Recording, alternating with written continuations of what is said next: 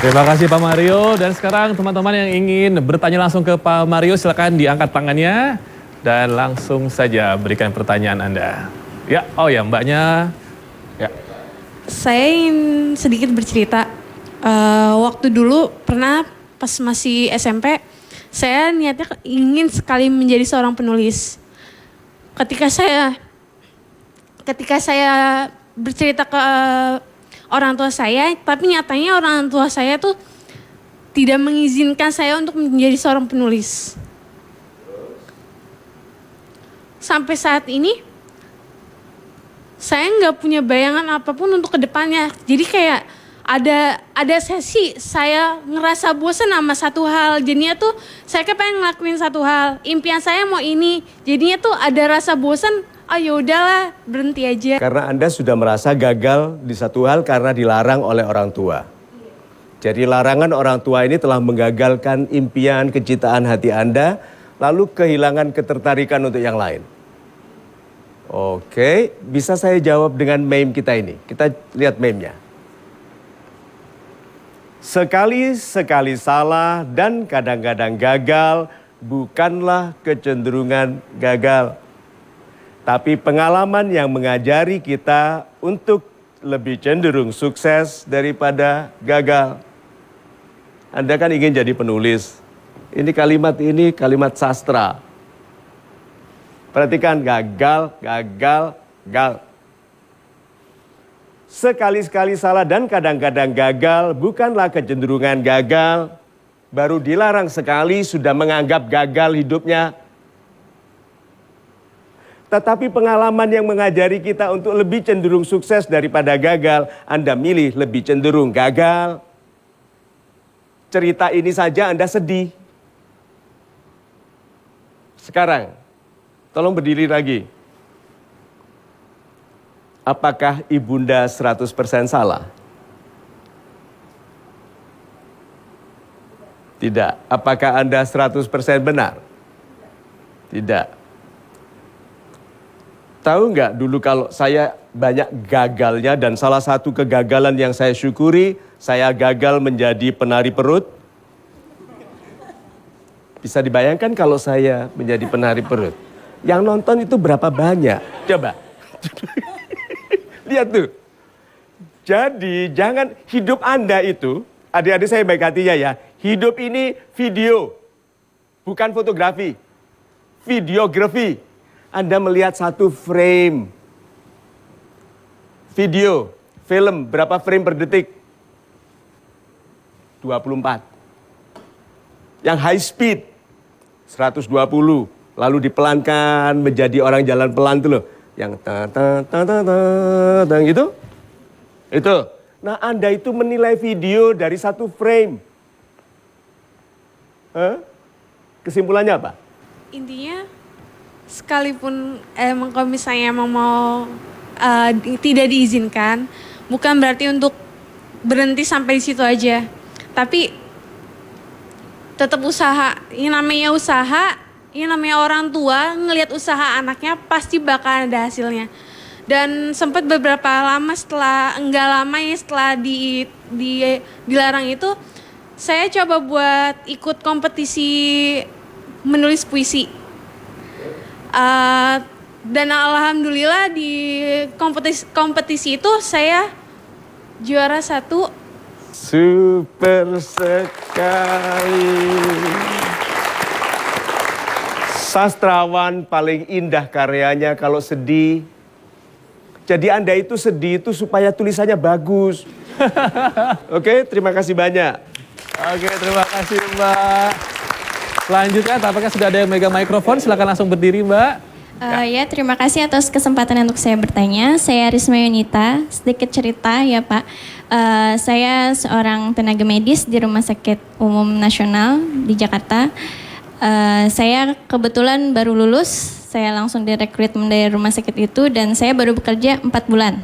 Super sekali, baru lulus langsung bekerja. Iya, dan saya punya keinginan dalam tahun ini punya planning untuk memberikan sebuah rumah untuk ibu saya. Wow. Dan bagaimana menurut Bapak Mario, saya memulainya dari mana dan bagaimana saya untuk menumbuhkan tekad di diri saya untuk berani memulai untuk memenuhkan keinginan saya itu untuk orang tua saya. Super sekali.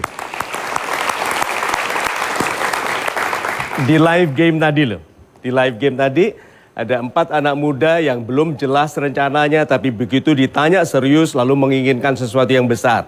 Nah ini ada anak muda baru lulus kuliah langsung bekerja belum 1 tahun ya. Dan tahun depan, 1 tahun lagi berarti, mau membelikan rumah untuk orang tuanya. Secara logis mungkin nggak? Kalau rumahnya Rp175.000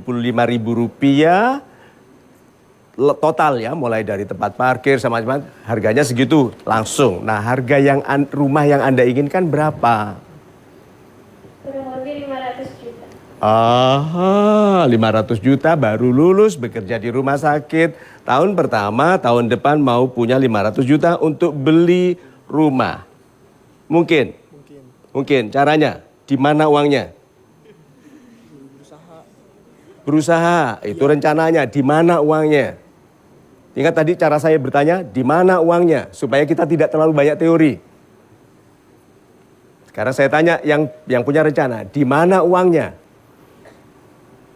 Saya bekerja dan saya ingin mencari kerja sampingan.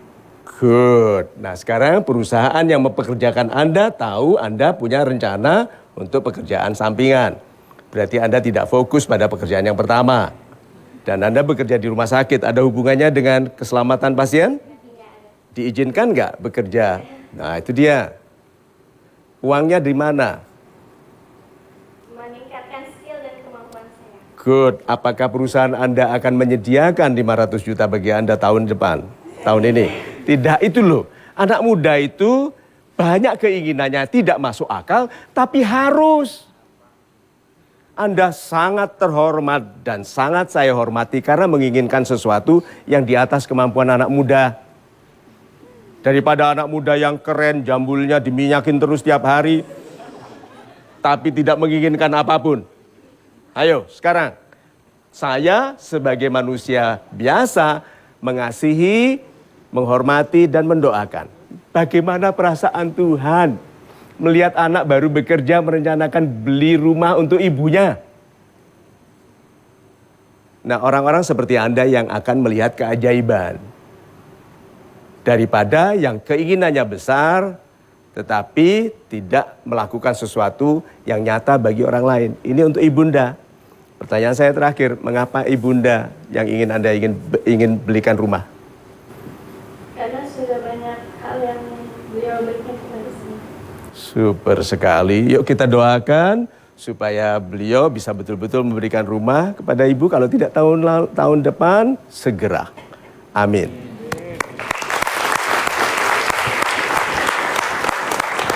Sudah waktu untuk 1 penanya terakhir, Bapak Mario. Ya silakan. Terima kasih Pak Mario Teguh. Perkenalkan saya Yona, saya dari IISIP Jakarta. Saya mau bertanya tapi mau curhat dulu. Sebelumnya saya itu selalu gagal dalam hubungan gitu. Bisa dikatakan anak muda PHP ya, banyak PHP sama saya gitu kan. Iya. Saya mau nanya bagaimana kiat sukses untuk saya untuk menjalin hubungan. Berapa sering ditipu oleh PHP-er ini? Berapa kali? Mungkin kalau udah sering Pak. Ya seringnya itu berapa kali?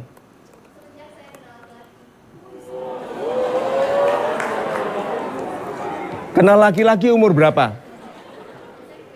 SMP. Oh, Anda tidak tahu ayah itu laki-laki. SMP. Oh my God, bukankah itu terlalu muda? Sekarang usia Anda berapa? 21 sering ya? Ya. Good. Sekarang ada penipu, ada yang tertipu.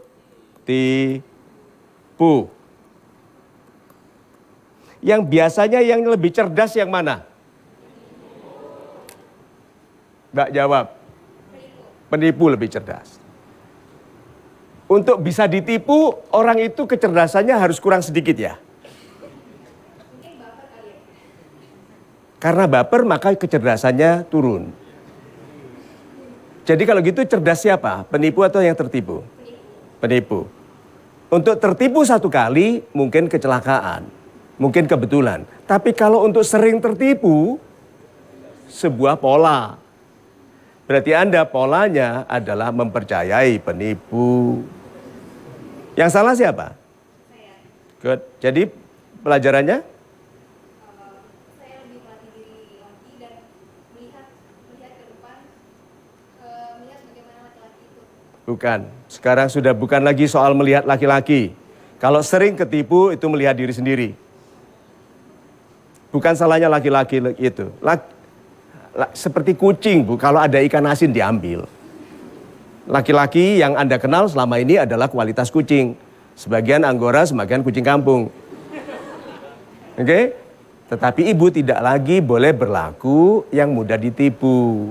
Caranya dekatkan diri kepada ibu dan ayah. Ingat ayah itu laki-laki. Belajar bagaimana beliau memperlakukan ibunda dan ibunda memperlakukan dia. Dari situ keluarga yang baik adalah perlindungan bagi anak wanita terhadap penipu cinta. Ya. Terima kasih. Terima kasih teman-teman yang sudah memberikan pertanyaan. Sekali lagi keluarga adalah pelindung terbaik khususnya buat ini anak-anak gadis ya. Jadi kembali ke keluarga aja. Oke, setelah yang satu ini Pak Mario, kita akan melihat hasil dari makeover tim kami yang memakeover 2 orang hari ini Pak. Dan mereka akan bersiap untuk tampil kembali di panggung ini. Untuk itu buat Anda yang ada di rumah, tetap saksikan Mario Teguh Super Show.